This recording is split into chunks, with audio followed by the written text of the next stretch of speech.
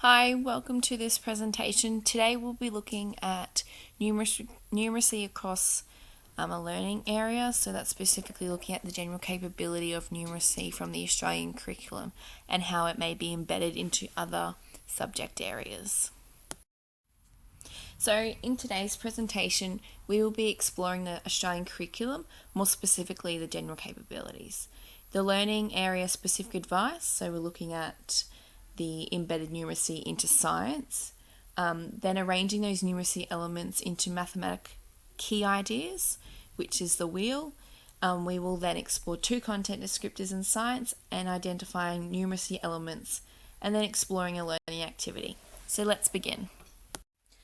General capabilities explore students' learning in depth through the different learning opportunities, more specifically the content elaborations. So, more or less, the general capabilities basically ensure that learners become informed citizens.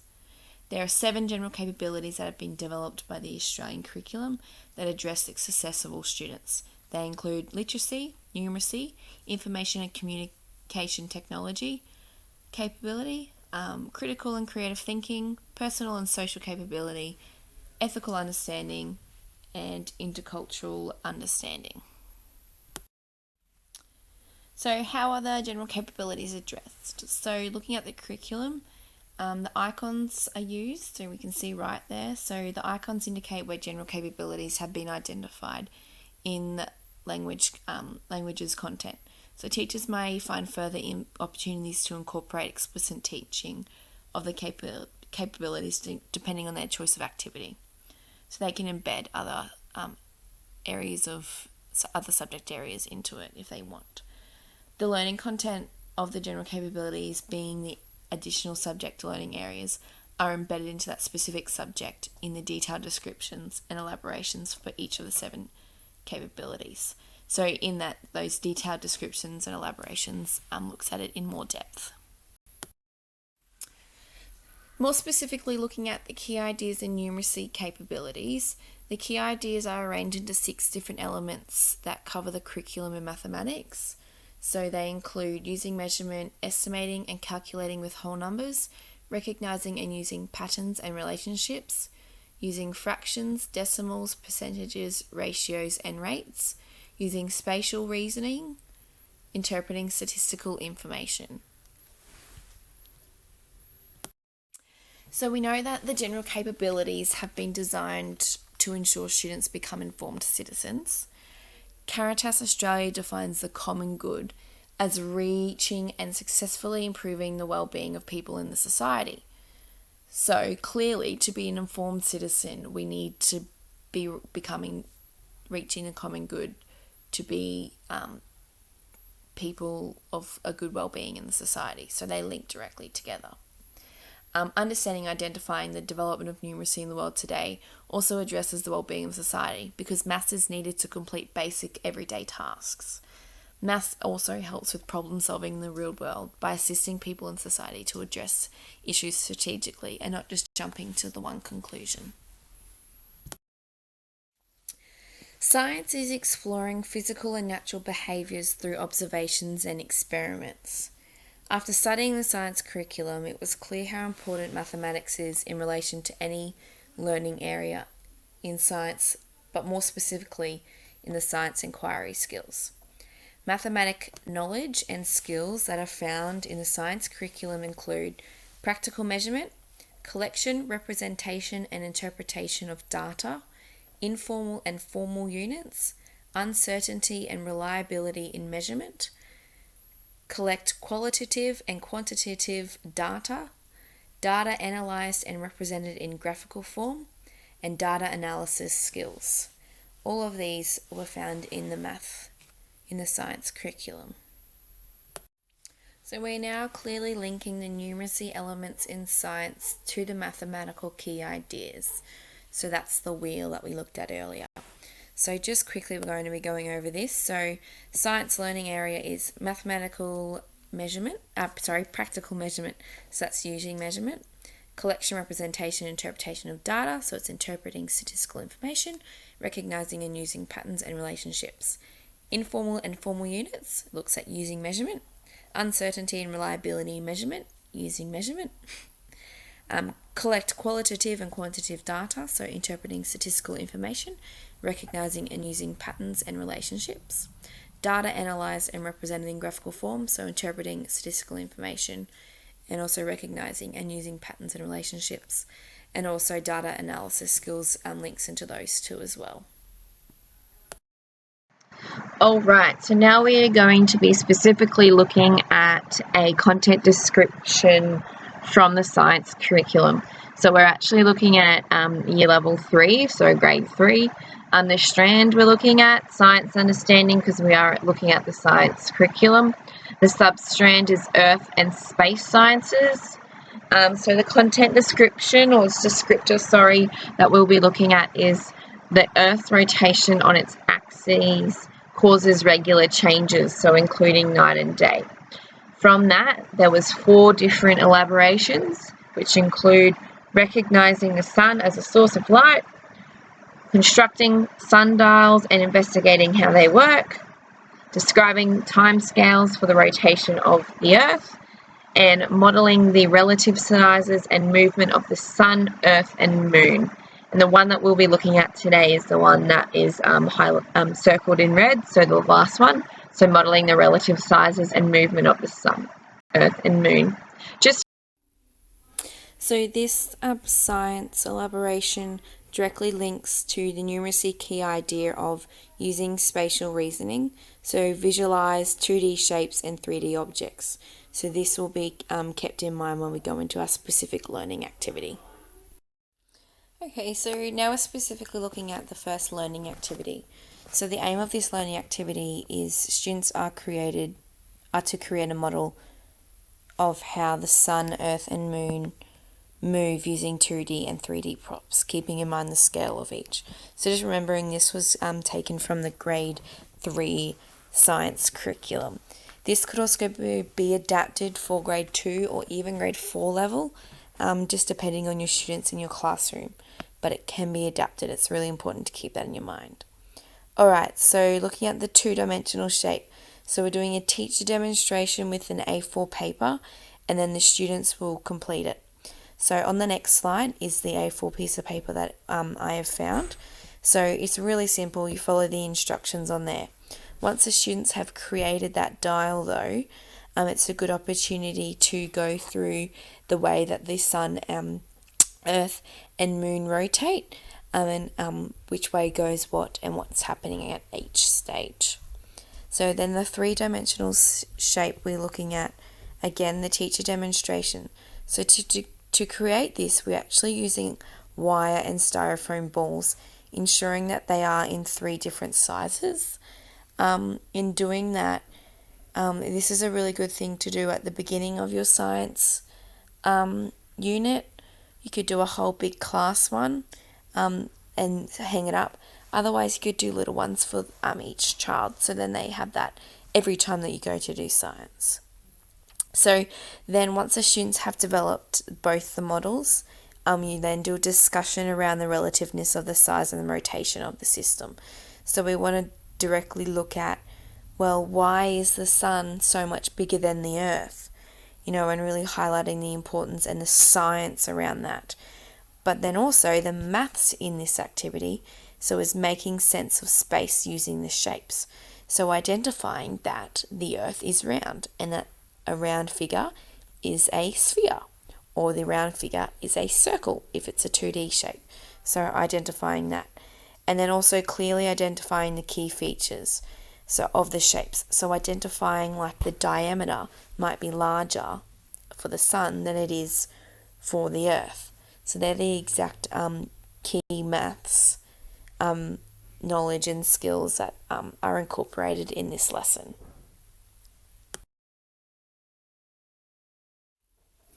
So as I mentioned on the previous slide, the 2 resources that I spoke about was the one here on the right is that A4 piece of paper. So with the sun, earth and moon, so you can rotate them around. And as you can see, they're in size proportion. The easy instructions are on that as well. And then we've got the 3D model here. So again, we're looking at the sun, earth and moon. And you can even tell by the ball sizes there of the different sizes in regards to the sun, earth and moon. It's really important to highlight that. And you can also see they've used wire. So it's really simple and a really good activity to include when investigating space.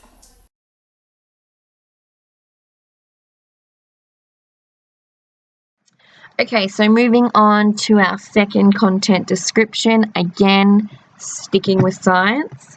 This time I've looked at year 5, but this could even be potentially 6, 7, nearly 8 as well, because the learning activity that I'm doing can be extended upon and can be quite tricky for grade 5. So just keep that in mind when we're reflecting upon it. So the strand we're looking at again is the science inquiry skills, the substrand, processing and analysing data and information.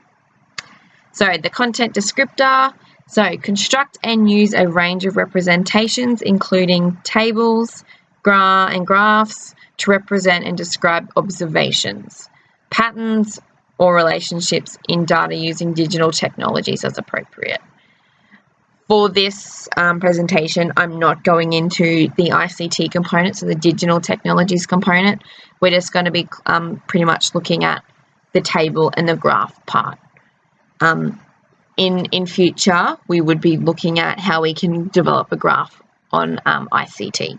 But for the purpose of this presentation, I'm not going to be going through that today.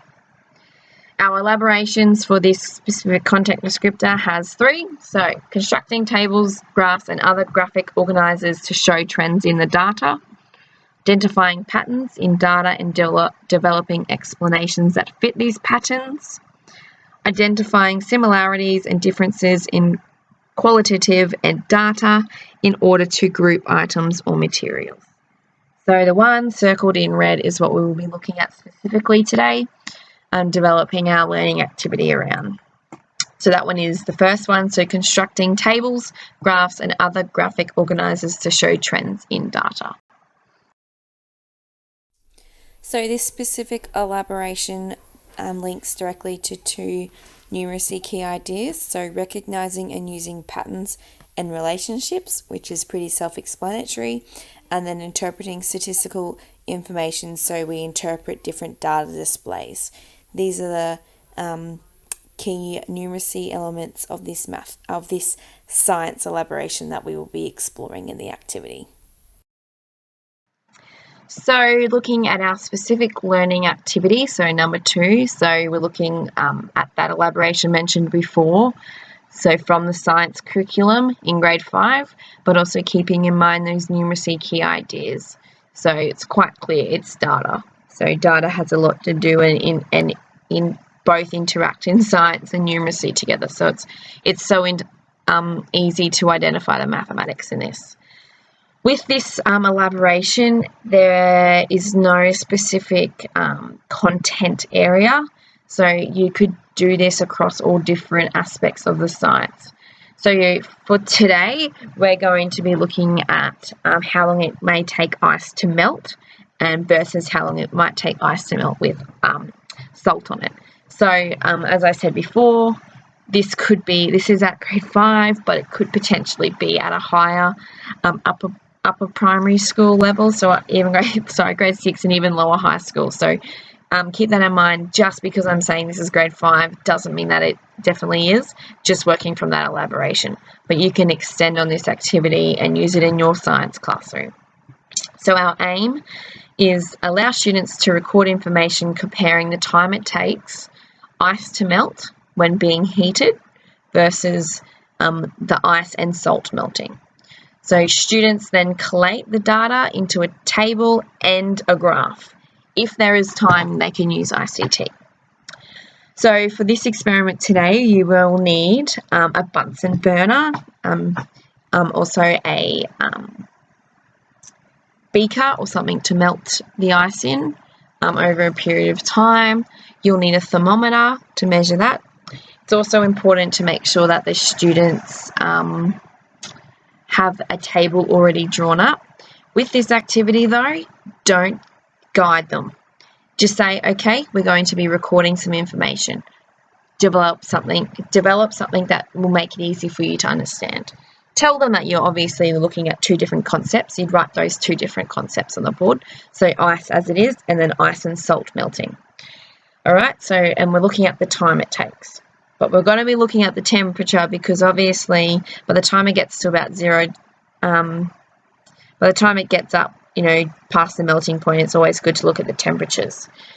So with having the temperatures and the time, it will also give us enough information to develop a graph. So every 1 minute, 2 minutes, depending, negotiate it with your class. You'll go up there, you do this in front of the class. You ask one student to come up and help you each time to read the temperature gauge of both. We will see that the ice with no salt will melt quicker than the ice with salt. So that meaning we will have two different sets of data, which could confuse children. So a simpler way to do this is by getting them to do it in pairs. One person can jot down all the information of the first one, being just ice, and then the other one can jot down the information with the ice and salt. Then they can work together to develop a graph. So with modelling a table, that's one of the first things they're going to have to do. So in the table, we're looking at the time and also the temperature of the ice. So each time it's melting. So obviously it's going to be losing its shape. So that's another thing that you might need to discuss with your children. So like I said before, in that table, we will have two tables, or they could have one. It's up to them, but we're comparing the two tests. That's what we're looking at, comparing the two different aspects. Then they will move on to develop a graph. With the graphing, they have to use the information from their table to create a line graph. With a line graph, so they'll have the numbers up, so they'll have the temperature up one side and the time down the X and Y, and they will jot each thing and then connect their lines. Easily they can do this on a bit of grid paper. So easy, and then it'll be nice and neat. It might be a good idea to identify with the students to use a different colour for the two different tests, but they have to have the two tests on the one graph. That way, for the final part of that learning activity, they can compare the two and make a statement about the end result of the experiment. So which one melted quicker? At this time, what was happening? If we did it again, what other factor might take part of that? So the maths in this activity is phenomenal. So the students are identifying the difference in time. So they could be using subtraction there. So it took this long, what's the difference? Bam. And then from the graph, students can interpret their results and share them in a statement. That's another thing they're doing. Another thing they're going to have to do is they're going to be writing down the time and writing down temperatures. So whole number values. So simple number values they're going to need. Also identifying the difference between 2, 4, 6 if they're going to go up in twos. So they're number factors. Lots of maths is going to be included in this experiment, but it's so scientific as well. So it's so important that students have that mathematical background and knowledge to be able to complete this activity. So identifying the importance of mathematical knowledge in science. So math is such an important part of the world we live in today. It is everywhere and it is evident in the many different subject areas in the curriculum. So as a pre-service teacher, it is so important to be able to identify the maths content in other subject areas and their lessons. So it's really important to not just ignore it, but to include it in our lessons and make sure that our students do understand that maths is everywhere and that they will come across it in everyday life. So identifying that importance of the math knowledge in science is so evident because maths and science links together so much. So encouraging math knowledge, the mathematics in the science, will only improve the students in the future.